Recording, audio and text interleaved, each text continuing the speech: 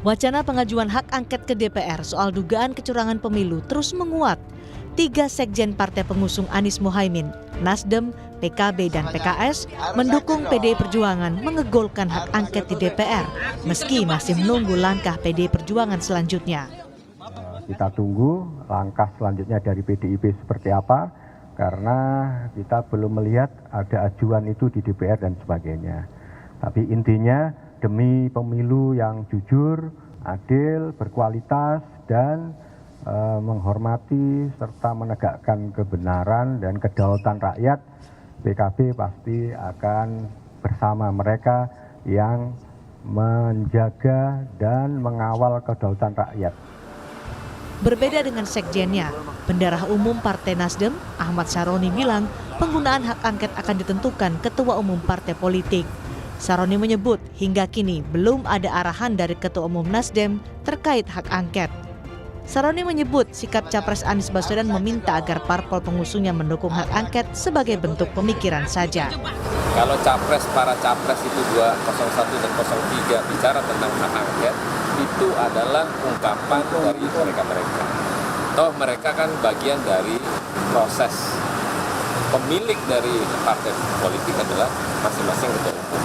Nah, ketua umum belum sama sekali memerintahkan angket itu maju atau tidak. Hak angket sebelumnya diusulkan oleh Capres Ganjar Pranowo.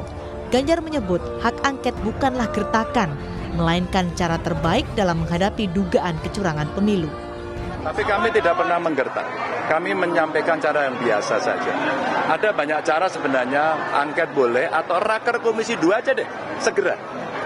Ketika melihat situasi seperti ini, DPR segera raker aja deh. Minimum raker, nanti kesimpulannya bisa apakah ke angket, apakah yang lain. Tapi biar saja kemudian yang punya keinginan untuk angket itu berjalan. Dinamikanya biar berjalan. Ya kalau saya sebenarnya simpel aja. Angket itu adalah cara terbaik ketika kemudian hari ini kondisi pemilunya seperti ini.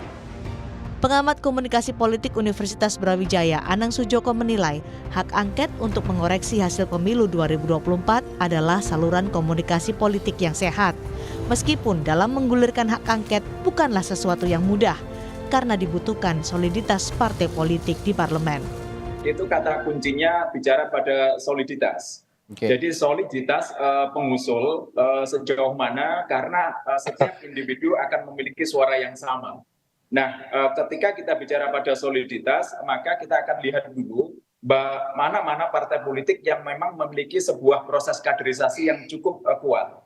Nah, kalau kita lihat dari koalisi 0301, menurut analisis saya, kekuatan kaderisasi PDIP dan PKS lebih kuat dibanding Nasdem ataupun P3. Nah, pertanyaan selanjutnya adalah bagaimana kemudian yang menginisiasi atau inisiator hak angket itu memastikan soliditas di dalam tim itu sendiri. Nah, inilah yang kemudian menjadi pertanyaan besar. Kenapa demikian? Karena politik kita itu lebih banyak bicara politik transaksional. Kini masih dinanti bagaimana solidnya partai politik untuk menggulirkan hak angket di parlemen. Di saat hitung suara hasil pemilu KPU juga masih belum usai. Tim Liputan, Kompas TV.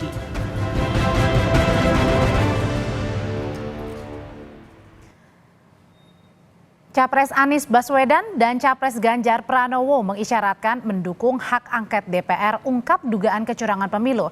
Tapi Bendahara Umum Partai Nasdem Ahmad Saroni bilang penggunaan hak angket di DPR tidak ditentukan calon Presiden Anies. Hak angket ini nyata atau wacana? Sore ini kita akan berbincang dengan Bendahara Umum Partai Nasdem Ahmad Saroni. Ada juga politisi PDI Perjuangan Deddy Sitorus dan pengamat politik Universitas Al-Azhar Indonesia Ujang Komarudin. Selamat sore Bapak-bapak semuanya. Selamat sore semua. Bang Deddy, Bang Roni. Ya, saya ke Bang Saroni dulu. Bang Saroni, jadi usai tadi Pak Surya bertemu dengan Pak Salim bersama dengan Capres Anies dan juga Cawapres Gus Muhaimin. Jadi ini untuk tentang hak angket kesimpulannya sudah didapat atau malah beda pandangan? Nah, kalau tadi teman-teman lihat press con-nya Pak Surya, kan kalau kemarin saya bicaranya sore ya, itu belum ada keputusan tentang hak angket iya atau enggak. Tapi sore ini Pak Surya sudah menyampaikan mendukung hak angket melalui proses secara natural. Nah, inilah yang mewujudkan yang dari kemarin saya sampaikan, nunggu arahan ketua umum. Nah, kalau Jadi mendukung tapi prosesnya natural itu gimana tuh Bang? Loh iya, karena kita pada proses natural. Satu, kita kan masih reses. Tanggal 5 baru masuk. Nah, setelah masuk, barulah kita mulai itu hak angket. Nah, hak angket ini konstitusional kok. Jangan ada yang bilang bahwa yang kalah nggak boleh mengajukan hak angket. Ini kan aneh. Kalau ngelihat tadi misalnya komisioner KPU misalnya Pak Idam.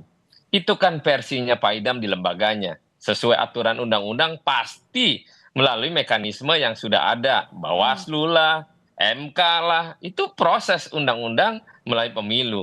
Nah sekarang yang dicari tahu sampai ujung secara teknis adalah melalui proses Bawaslu jalan, melalui nanti mekanisme gugatnya lewat MK jalan. Tapi yang terpenting ada hak konstitusional yaitu hak angket yang akan digunakan dan Nasdem mendukung, Pak Surya mendukung itu dalam prosesnya. Oke, mendukung adanya hak angket. Berarti artinya ini sama dengan PDI Perjuangan yang juga sama-sama kemungkinan kuat ini akan mendukung juga hak angket, Bang Deddy. Jadi sudah ada satu partai lagi yang kemudian akan merapat untuk menggunakan hak angketnya, Bang Deddy? Ya, saya kira kalau itu terjadi, seluruh rakyat harus bergembira. Ya, tidak saja seluruh rakyat, tapi semua pasangan calon juga harus bergembira. Yang merasa dirinya menang tentu akan menjadi clear apakah pemilu kita memang berkualitas, dilakukan dengan luber dan jurdil. Kemudian yang belum beruntung menjadi pemenang juga merasa puas dan bisa menjelaskan kepada pendukungnya bahwa memang pemilu kali ini sudah berjalan dengan baik. Oke. Nah, itu pertama. Yang kedua, saya setuju dengan Bung Saroni, ini hak konstitusi DPR RI gitu untuk melakukan. Jadi tidak ada yang salah dengan itu dan tidak perlu komentar macam-macam. Apalagi KPU, Bawaslu, termasuk Presiden nggak perlu terlalu komentar kalau menurut saya. Karena ini proses bernegara biasa. Itu adalah proses konstitusional, ada haknya. Jadi nggak usah dikomentarin kalau menurut saya ya. Jadi PDIP Apalagi sama Nasdem ini sudah komunikasi, Bang? Ya, sebelum sampai ke sana, Mbak, saya juga mau bilang begini. Hak angket itu kalaupun kita berhasil meloloskannya, bukan mau bicara tentang teknis kepemiluan. Meskipun kita tidak bisa lepas dari situ. Ini bukan persoalan administrasi yang menjadi ranahnya katakanlah Bawaslu atau Gakumdu atau KPU, bukan. Bukan juga sengketa hasil yang menjadi ranahnya Mahkamah Konstitusi. Ini adalah proses politik untuk melihat peradaban politik kita kemarin, ya. Peradaban pemilu kita itu sudah benar-benar nggak seperti yang diharapkan rakyat, luber dan jurdil. Apakah memang undang-undang pemilu sudah dijalankan dengan baik? Apakah undang-undang menyangkut TNI Polri sudah dijalankan dengan baik? Apakah undang-undang APBN meskipun tadi sudah disebutkan oleh KPU punya Bawaslu dan MK? Loh kan saya sudah jelaskan, Bawaslu dan MK itu urusannya hasil dan administrasi kepemiluan. Ini lebih jauh dari situ. Ini bukan soal hasil pemilunya, bukan soal ada yang mengadu atau tidak. Tidak ada urusannya dengan itu. Ini adalah suatu upaya kita untuk mengevaluasi bagaimana undang-undang sudah dijalankan. Bagaimana lembaga-lembaga terkait pelaksana kepemiluan sudah menjalankan tugas undang-undangnya. Bagaimana penyelenggara negara, ya, mulai dari Presiden, Panglima TNI, Kapolri, Menteri Dalam Negeri, pejabat-pejabat gubernur, kepala desa, itu memang menjalankan posisinya, tugas pokok dan fungsinya tanpa melakukan pelanggaran undang-undang. Itu yang kita pengen lihat, bukan hasil pemilu, bukan soal kecurangan, ya bukan. Ini soal bagaimana kita menilai adab pemilu kita kemarin. Supaya kita bisa menarik garis batas yang jelas bagi pemerintahan selanjutnya bahwa pemerintah yang menang, calon yang menang pada pemilu kali ini itu legitimate. Itu kan kepentingan semua orang. Oke, saya ke Kang Ujang dulu. Kang Ujang, dengan Nasdem yang sudah bersuara mendukung hak angket bersama dengan PDI Perjuangan, ini artinya gimana di internalnya koalisi Jokowi sendiri yang masih ada PDI Perjuangan dan juga Nasdem di dalamnya menteri-menterinya? Ya, kelihatannya begini, ada dua perspektif yang bisa kita baca. Kalau soal koalisi mengamankan pemerintahan Jokowi hingga Oktober 2024, semuanya oke itu. Baik Nasdem, PDIP, dan partai-partai pendukung katakanlah Prabowo Gibran pun sama. Jadi semua sepakat dalam konteks itu. Tetapi dalam konteks koalisi pemilu, ini berbeda ya, dalam konteks dua kubu. Katakanlah yang tadinya 3 kubu sekarang menjadi 2 kubu, karena 01 dan 03 kelihatannya bersepakat untuk tadi yang mendorong hak angket di parlemen. Nah, kelihatannya kubu Nasdem maupun PDIP, katakanlah nanti PKS sikapnya seperti apa, dan PKB juga apakah memang, mohon maaf, serius mendorong itu apa nanti gembos di tengah jalan, kita lihat. Nah, kelihatannya ada dua upaya yang didorong oleh kubu 01 dan 03. Pertama, paralel ya, kubu usaha politik. Nah, usaha politik ini kan perjuangan politik melalui hak angket itu. Karena kelihatannya ya suka tidak suka, senang tidak senang, usaha politik ini harus didorong agar gol kelihatannya dari kubu 01 dan 03 itu. Yang kedua, kelihatannya juga akan menggunakan upaya hukum. Ya, upaya hukum sama, yaitu tadi ya dugaan misalkan sengketa hasil di Mahkamah Konstitusi, dan itu juga sedang dipersiapkan kan oleh kubu 01 dan 03.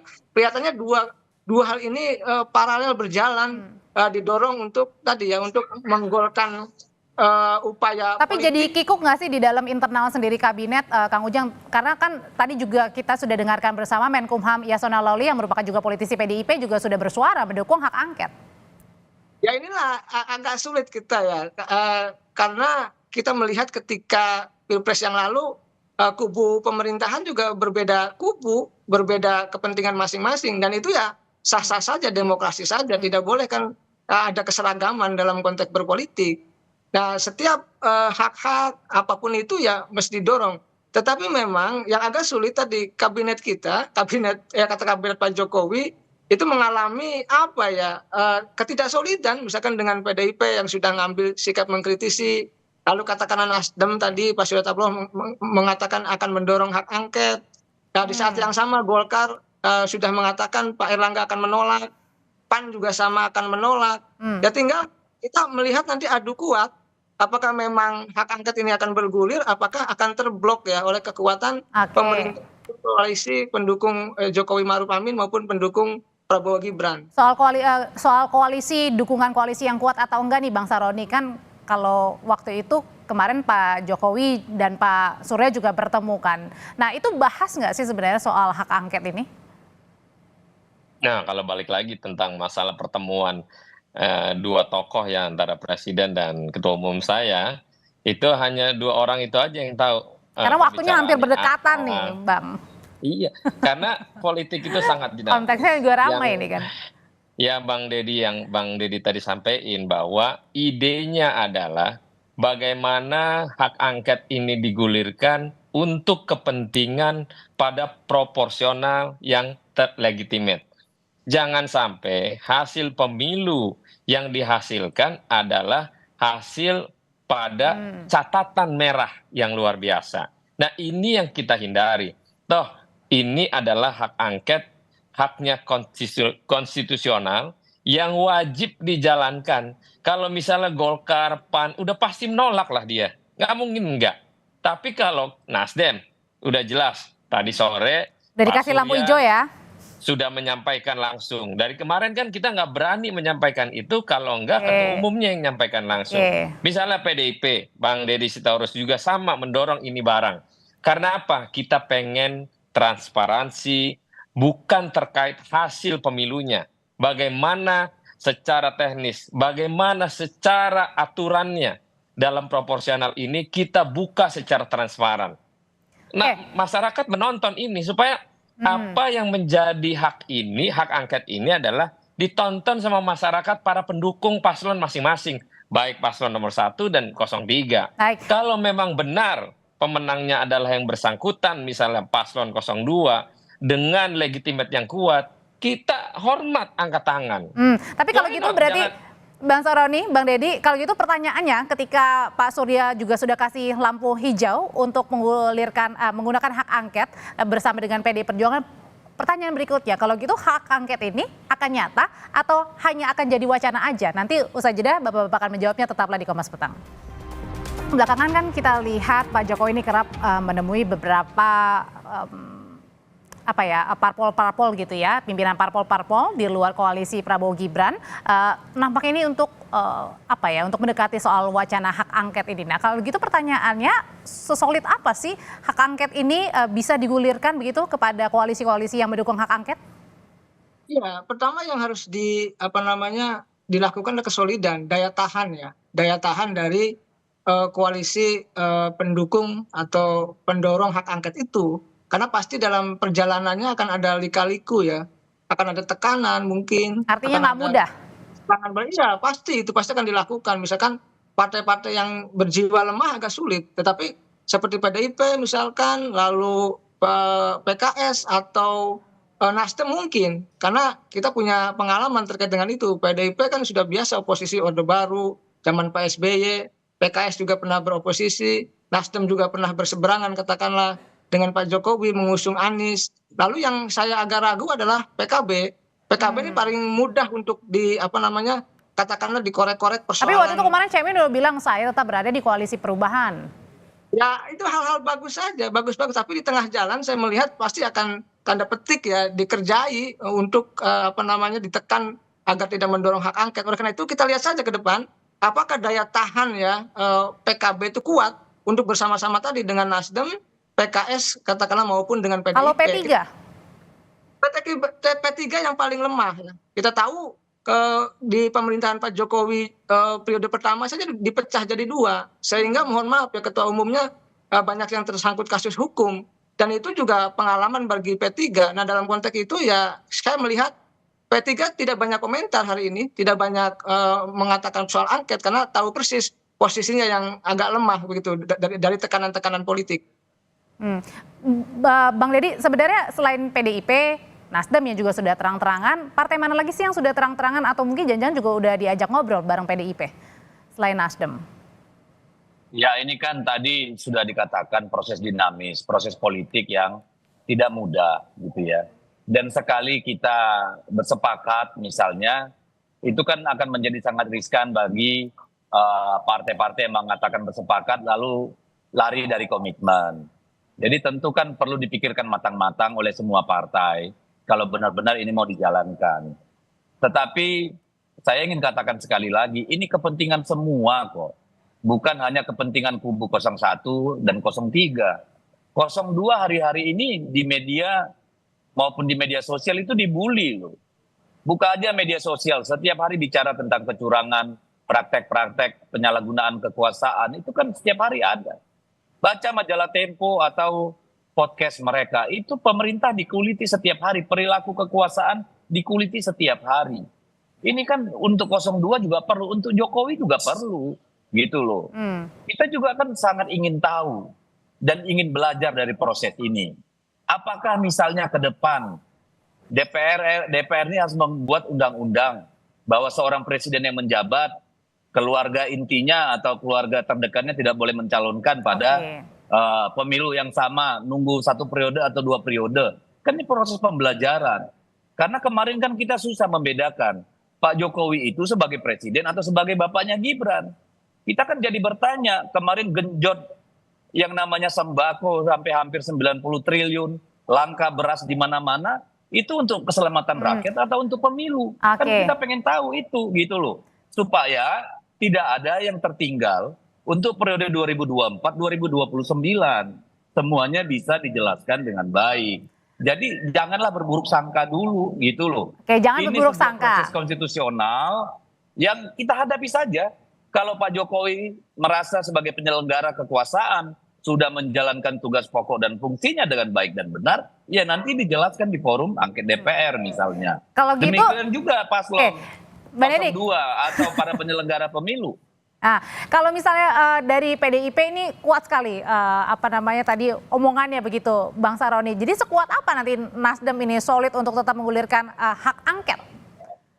Solid 100%. Nanti jangan-jangan di tengah jalan berhenti nih, Bang.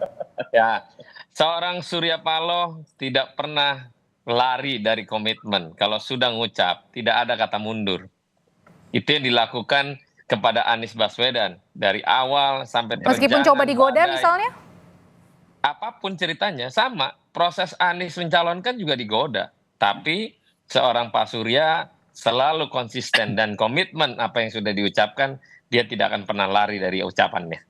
Tapi Bukan cuma digoda, saya kira dizolimi juga itu sekalian. Oke, pertanyaan berikutnya kalau gitu Kang Ujang, kalau misalnya terakhir-terakhir misalnya hanya PDIP dan Nasdem nih, bisa tetap gulirin hak angket DPR? Ya agak sulit, agak berat ya, karena kekuatannya tadi berarti kan ada ketidaksolidan. Ada PKB, katakanlah PKS dan P3 yang tidak solid.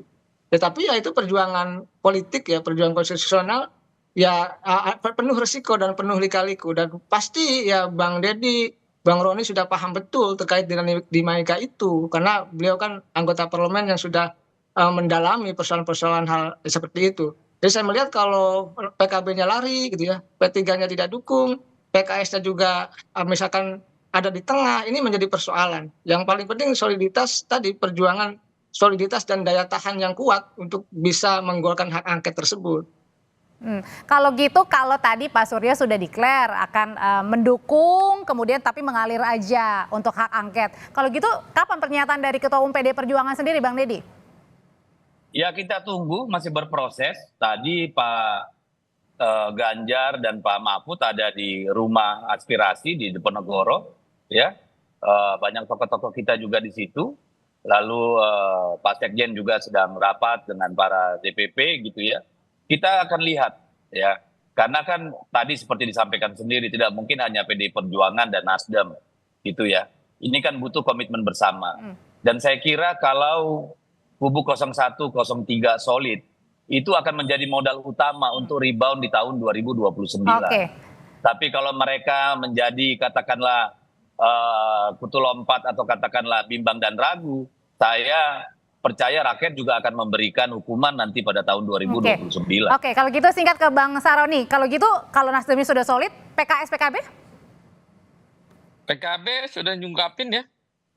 Kalau PKS kan secara tidak langsung, tadi ada juga di dalam pertemuan Pak. Jadi dukung atau enggak di PKB, PKS, Bang? Menurut saya insya Allah soliditas untuk partai koalisi perubahan solid. Termasuk dengan hak angket itu sendiri ya? Termasuk hak angket.